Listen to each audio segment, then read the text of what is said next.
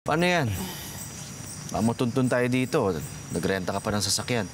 Huwag kang mag-alala. Marami ako fake ID. Tapos na si Lydia Makaspak. Ngayon naman, si Hana halina para sa car rental na to.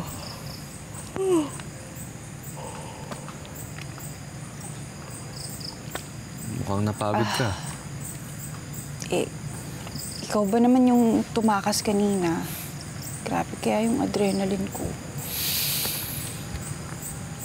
Di... Pahinga ka muna. Join me? Ria. Okay, fine. Night.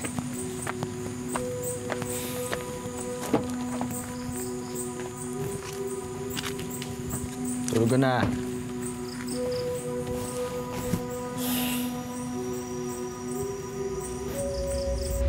Naka-set up na ang mga checkpoints. Naka-alerto na rin yung mga ports. Hindi option sa kanila yung airport. Malaw kong Palawan. Malamang nakalayo na sila Anton at Ria. Wala na rin masyadong presence dito sa hotel dahil nakafocus sila sa manhunt operation.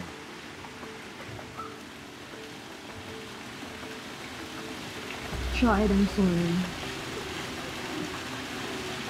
Dahil ang daming trouble na binigay sa'yo ng asawa ko. Hindi dapat ikaw humingi ng sorry para sa akin.